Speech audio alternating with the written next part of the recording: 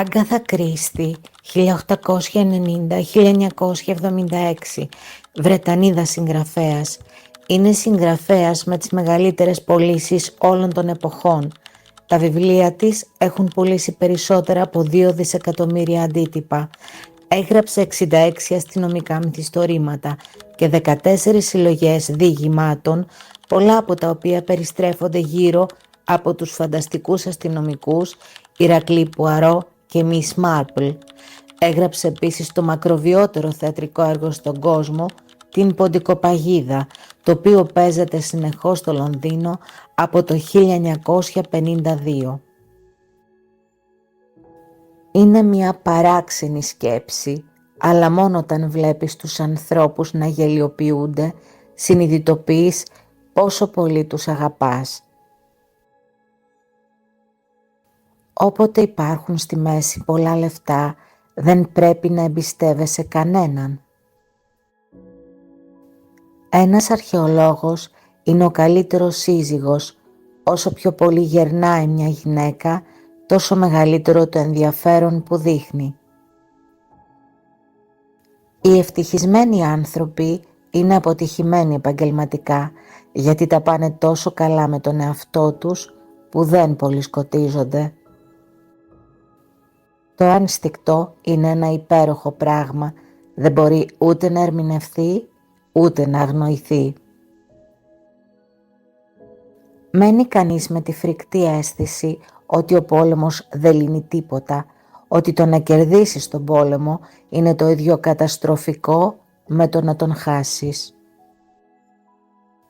Η καλύτερη στιγμή για να σχεδιάσεις ένα βιβλίο είναι ενώ πλένεις τα πιάτα. Είναι γελίο να τοποθετήσεις ένα αστυνομικό μυθιστόρημα στη Νέα Υόρκη. Η Νέα Υόρκη είναι από μόνη της ένα αστυνομικό μυθιστόρημα. Είναι τελείως άνευ σημασίας, γι' αυτό είναι τόσο ενδιαφέρον. Τα λόγια επινοήθηκαν για να μην αφήνουν τον άνθρωπο να σκέφτεται. Αυτό είναι το μυστικό της ανθρώπινης ύπαρξης. Είμαστε όλοι λιγάκι τρελοί. Μία από τις μεγαλύτερες ευτυχίες που μπορεί να μας τύχουν στη ζωή είναι να έχουμε μία ευτυχισμένη παιδική ηλικία. Από τα πιο θλιβερά πράγματα στη ζωή είναι αυτά που θυμόμαστε. Αν δεν έχεις γυναίκα μετά τα 50, δεν σημαίνει ότι έχασες, σημαίνει ότι δεν συμβιβάστηκες. Οι Γάλλοι στο σύνολό τους δίνουν μονίμως την εντύπωση ότι τους έχεις πατήσει τον κάλο. Ζήσε το σήμερα σαν να ήταν η τελευταία σου μέρα και κάνε σχέδια σαν να πρόκειται να ζήσεις για πάντα. Η συζήτηση είναι μια ανθρώπινη εφεύρεση που έχει σκοπό να κάνει τους ανθρώπους να μην σκέφτονται. Είναι επίσης μια σίγουρη μέθοδος για να εξακριβώσεις τι είναι αυτό που προσπαθούν να κρύψουν. Αν έχετε φτάσει μέχρι εδώ, κάντε ένα like, πατήστε το καμπανάκι και γράψτε μας στα σχόλια ποιος θα θέλατε να είναι ο επόμενος φιλόσοφος. Υπάρχουν ερωτήσεις που δεν τις κάνουμε επειδή φοβόμαστε τις απαντήσεις. Κάθε φορά που συγκεντρώνουμε πληροφορίες, τα πράγματα γίνονται λιγάκι ακόμα πιο περίπλοκα. Οι λέξεις «αγαπητοί μου» δεν είναι παρά φάκελοι για ιδέες. Οι άνθρωποι γενικά δεν βλέπουν αυτό που υπάρχει μπροστά στα μάτια τους. Το κακό δεν βρίσκεται στους ξένους, αλλά μέσα μας. Ένας αρχαιολόγος είναι ο καλύτερος σύζυγος. Όσο πιο πολύ γερνάει η γυναίκα του, τόσο περισσότερο ενδιαφέρεται για αυτήν. Οι περισσότεροι άνθρωποι δεν είναι κακοί, απλώς είναι αδύναμοι.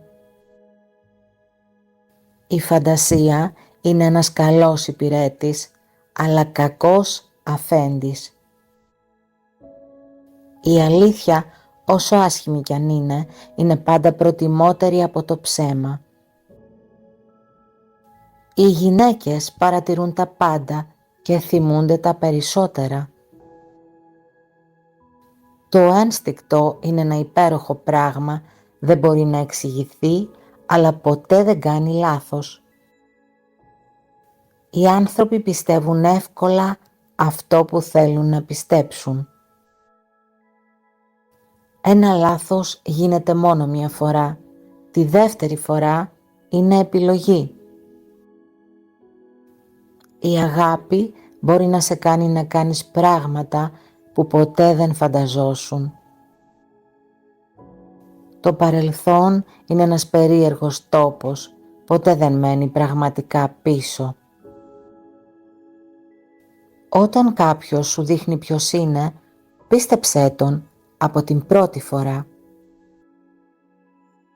Η περιέργεια μπορεί να σκοτώσει, αλλά η αδιαφορία σκοτώνει πιο γρήγορα. Οι άνθρωποι σπάνια αλλάζουν, απλώς γίνονται καλύτεροι στο να κρύβονται. Το να εμπιστεύεσαι λάθος άνθρωπο είναι το πιο επικίνδυνο παιχνίδι. Η σιωπή λέει πάντα περισσότερα από τα λόγια. Οι αλήθειες που πονάνε είναι αυτές που αποφεύγουμε περισσότερο.